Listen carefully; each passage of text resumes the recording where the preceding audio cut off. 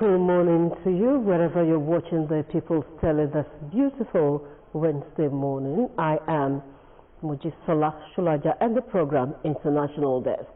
Today we're going to South Sudan to take a look at the causes of the renewed hostilities in some parts of that country. And I have my guest, Professor Abraham Neon from he is a professor of political science, University of Juba in South Sudan. Good morning, Prof. Good morning, Professor Neon. So it's good to wish you a happy New Year now, isn't it? It's already February. Yes, affirmative. Happy New Year. Oh, yes. Now, let's talk briefly about why do we have renewed violence in South Sudan now. I want to believe in some parts of South Sudan where you are, Juba, is relatively peaceful, isn't it? Well, affirmative. Juba now is very peaceful. Everybody is going on their own business and nobody is scared of anything. Things are normal and people really love the stability that is within Juba, despite the fact that some few weeks ago there were issues dealing with IO trying to threaten to merge into Juba, and it seemed that things seem not to be working because the government has taken control of many strategic locations that were a threat to Juba. Okay, so what is happening in other states, like Jonel, or I forgot, how do I pronounce that? What is happening in other states? Well, what is happening in Jonglei State, which has been in strategic areas where places like Wat, Pajut, and a number of places that were captured by IO, those places are currently under the control of the government, and it seems the IO has gone mute. There'd been no counterattacks from the opposition party when these places were taken over by the government, including the Payume, which is in central Equatoria, which was also controlled by IO. And one of the very funny things here is that it seems the IO, in a state of continuing with their propaganda and continuing with the aspect of saying we have captured this and we are doing this, they have got mute and they have gone underline, they have also gone offline. So we don't know whether the IO are really trying to continue to fight the government or they are willing now to come to the table to negotiate with the government for a peaceful resolution. Since the using power seem not to be feasible and seem not to be working at this present moment. So in other words, the hostilities we are witnessing now in South Sudan, it has political undertones. Well, absolutely. Everything is under the control of the government the way things are now, because about whether they are going to capture any town, they are not also issuing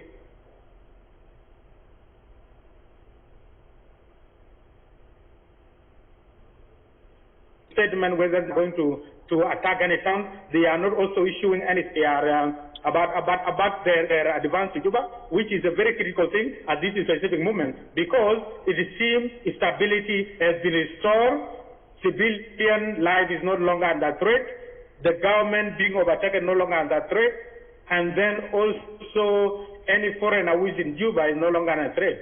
So there seems to be some more stability than before.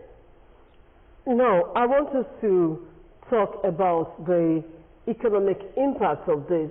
Fine, the capital is peaceful, but the affected areas, what is it like in those areas?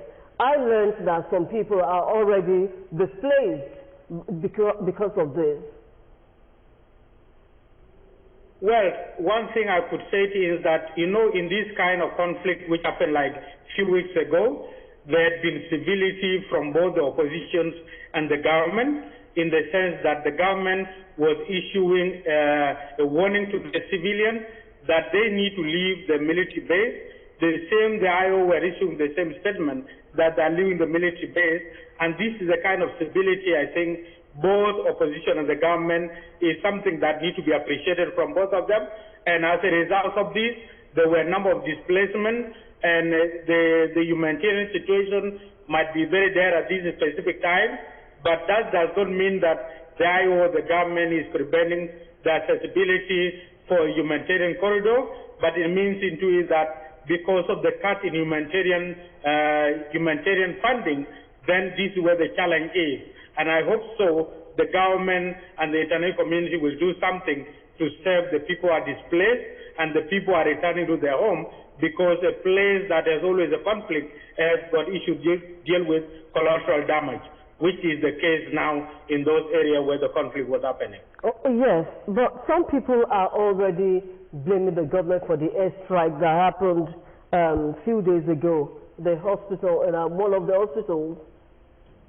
How true is this? Well, in fact, I have never heard of anything that had happened of recent. You know, since the conflict of Nasser, we have seen it that been too much combat, including air bombardment. But this time around, I think there was nothing like that. So it was just infantry, which is a normal case scenario in every conflict that happens in every country. Okay. Now, as a professor of political science, what is your own assessment of the situation in Jonglei State? Well, one thing which was that, you know, the IO seemed to be advancing warfare against the government, and they know that the leader is under detention in Juba and the court session is ongoing. That was just like a sellout to me, to the leader, because you cannot fight the government that is putting your leader under custody.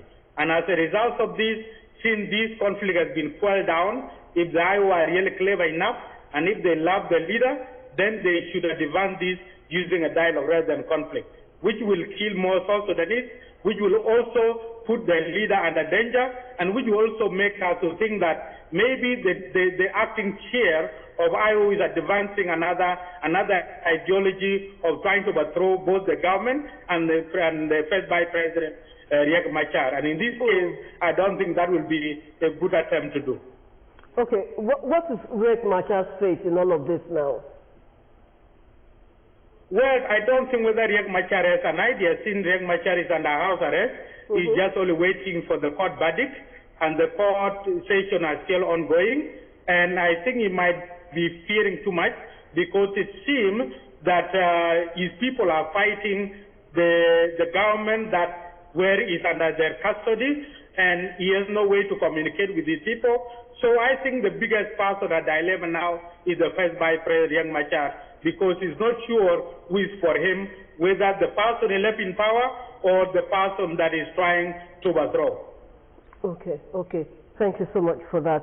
Now, I'm still taking you back to the issue of humanitarian crisis, you know, because what affects one will definitely affect the other. You said it earlier on that since the team is advancing towards Juba because of the court proceedings and because the leader of the opposition is in detention in Juba, so it seems the opposition, the forces, are advancing towards Juba at this moment. Let's talk about the humanitarian crisis and the fact that most of these people do not have access to their basic needs. Well, I think the humanitarian situation in Jonglei State, and especially in some parts of central Equatoria where the conflict was taking place, might be in a dire situation, which means that the condition might worsen as day goes, because not only about diseases, but people might lack food to eat, and people might even lack shelter to stay because of displacement. And we know that during the war does not discriminate against anything. So chances are very high that the local building might have been destroyed. So even if they were to go back and resettle, then the towns under which conflict was happening, the conditions under which the people resettle back, despite the fact that people are going, might be very terrible and might be in bad condition. And as a result of this is where I think the government, being one in charge, should take lead in delivering humanitarian work and always solicit the international community to support them in trying to restore stability and good life for the people of South Sudan, to show into it that the government is in control. talking about international community, are they on the That is government what I side? said. Are they on the government Community side? role at this time to support the state of the government, because it is the government in charge, and whatever the bad thing that happened after this, it is the government that will be blamed. Exactly. It will no longer be the opposition. And as a result of this, the government needs to take the first step and let on now solicit the international community to join them in trying to make the life of people more better. Okay, thank you. The program International Desk will take a break now, and when we come back, the program will continue. We'll talk about the role of the international community so far. After all, they've been in South Sudan right before now. They've always been in South Sudan. So what role are they playing to ensure that there is ceasefire between the two sides? We'll take a break now. The program is International Desk, live from the People's Cell here in Abeokuta, the Ogun State capital, and I still have Professor Abraham Neo in the studio with me talking about the causes of renewed hostilities in South Sudan. So first we have said that it is actually some parts of Jonglei is largely affected, and because it doesn't know the fate of the first Vice President, Riek Machar, but then we're being hopeful that there will be ceasefire at the end of the day. Prof, if the program is still International Desk, before we went on break, I said we'll talk about renewed hostilities. No, I said we'll talk about, beg your pardon, before we went on break, I said we'll talk about the role of international communities in all of this. So what role are they playing in all of this now? They've been on the ground right before now.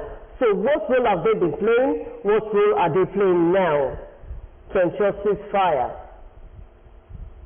Well, thank you very much. I think a very critical role in the case of South Sudan conflict, in this, not only today, but from the time of a comprehensive peace agreement of the 21 years of war between Sudan and South Sudan. And at that point, the CP was signed as a pressure from the United States of America, and that's why we said South Sudan was born as a result of was born as a result of United States of America to pressure the Sudan government and the regional community. At this specific point, I think conflict always begins very small from different countries, but it can escalate and affect the region. So if South Sudan conflict is not handled by international community to intervene at early stage, not only by providing humanitarian needs, but also by persuading the parties to come to the table and negotiate, then this will spill over to the region. It can spill over to Kenya, it can spill over to Uganda, it can spill over to Congo, and when it does that, within a short period of time, you see the South Sudan conflict as engulfed the East Africa community. And as point, it goes to Central Africa, West Africa, and it goes out of African continent. And that is why now it is very important for international community not to see South Sudan conflict as South Sudan conflict, but as something that can escalate and bring problems to the region. And when it brings region, it affect the whole Africa. At some time, it will even affect other continents like America, Australia, and the rest. And this is how conflict escalates. Okay. Conflict escalation and how this will, the conflict in South Sudan now, how the impact on regional stability. You've just said that. Now let's move to the issue of violence, the protection. There have been cases of sexual violence. The women, the children are being violated. What do you have to say about this? Well, we know that majority of the victims always are the women and the children across the board, and that is why in one of the media I said, in case of any problem, the youth who are both boys and girls and the young men in South Sudan don't need to promote violence. Why? Because by the end of the day, leaders need to use them as a tool of fulfilling their interests, at the expense of their own future. And as a result of this, it is good for women and youth to hire either their fathers or their mothers at a different level to stop violence, and we go back to table, because by the end of the day, nobody will take anybody out of South Sudan. They are brothers, they are sisters, they are brothers, they are husband and wife, and nobody will leave South Sudan. And killing each other is not always a solution. So we have to promote unity and promote the aspect of each of us being peaceful. Because you are peaceful, you will be able to deal with the issues of your life and promote your own life apart from what the government will do to you. And that should be the major message that I need to pass out. Right, thank you so much for that message. But bodies like African Union, one of the roles they have to play is to preach peace and ensure there is no conflict and assist communities that are not peaceful, countries that are at war. So what is African Union doing in all of this now? Well, I think the African Union is trying their best by sending envoys, not only African Union, even IGAD, which has been a broker of this peace agreement, they've been sending envoys to South Sudan. But Saloja, I want to let you know that Africans don't believe in people who don't have power. People don't exert power. So I strongly believe that if African Union was to be successful in the case of South Sudan conflict and other countries within Africa, they need to use what we call African standby force, which means at this specific point, they should be able to know that anything legitimate need not to be removed as a result of using force. And they should not be able to side with people who are part of outsiders who are trying to overthrow the sitting government. We have what we call International Conference of Great Lake Region, which has said that within the Great Lake Region, including IGAD and African Union, when you unseat the sitting government, you can be categorized as a negative force. And as a result of this, anybody who is fighting under government, not only in South Sudan, should be categorized as a negative force, and it should be dealt with. This will restore democracy, it will restore stability, and it will restore also a sense of consistency and within any system that we should be able to promote. Now, what has the President, Salva Kiir, has he issued any statement on this? Well, as I said last time in some of the media houses, I think government has already been quiet. They are not issuing any statement. They are not trying to give press release. They are just quiet, and they are trying to be in control. As I told you now, they are in control. But how? None of us knows, because there is no communication with the government. No, President Salva Kiir has been the president since 2011 or thereabouts. When is the next election in South Sudan? Well, according to the current status of what is happening within the country, the next election is supposed to be in December this year. But the practicality of that thing is not yet clear. There should be amendment of Political Parties Act, there should be amendment of Election Act, and also amendment of Constitution, because the problem is that we are supposed to use the current Constitution, which has got problem because the current constituencies were based on election when Sudan was also part of South Sudan. Number two is that when the current peace agreement came into being, it altered the constitution, because women were given 25% earlier and the peace agreement came with 35%. That is problematic in terms of going for election. And those are some of the things that need to be amended before election comes, so that there will be clarity. Okay, so just as you said, right now, it's not, you do not see the election taking place in December. Could it be this is just a way for Salva Kiir to ensure he remains president, like the six-ties syndrome, which is common in Africa? Well, what I want to say is that, I cannot predict what is going to happen currently, but in the next 6 months, especially in the next 4 months up to June, we could predict whether there is possibility of election to be done in December, because there are requirements which are needed for the election that need to be done, which is 6 months before election happens. But so far, there is a consensus among political parties that they don't want to extend the current peace agreement, but the practicality of that consensus is not yet known. We have to see on them trying to fulfill some of the requirements that will take us to election. All right. Thank you so much, Professor Abraham Nyon, for sharing your thoughts and telling us the latest in South Sudan right now. You have been able to tell us that in Jonglei it is not peaceful, but in Juba, where you are, it is very, very peaceful. So you are one of the comfortable ones in South Sudan. Yeah, sure. Everything seems to be peaceful, and as I'm talking to you, in fact, my road, which is always blocked when they say for the court station for first vice president, the road is very clear, and I can look at the window, cars are moving, and everything is normal. Okay, let's have your last word on the program for today. Well, what I want to say is that it needs, for this country to be stable, it needs a decision from the leadership. And the decision from leadership should come from President himself. He should believe that he liberates this country, and he has always said that he cannot take back the country to war, so the President should stand on that statement. Number two is that the IO who are trying to fight the government should know that they are putting the life of the leader at risk. And if anything happens to the leader, the history will judge them, and the history will blame them for that. That is what I want to say.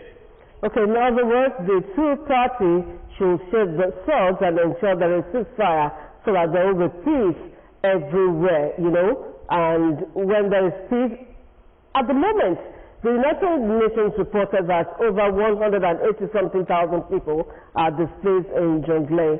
We can all just hope for peace. Thank you, Professor, for being a part of the program today. We hope to do this some other time. Thank you very much. It was a pleasure talking to you. Enjoy the best of the day in South Sudan. And enjoy your afternoon. Okay, we have come to the end of the program International Desk for this week. Come next week, we'll move to another country to see how peaceful that country is. Till then, stay blessed. Goodbye.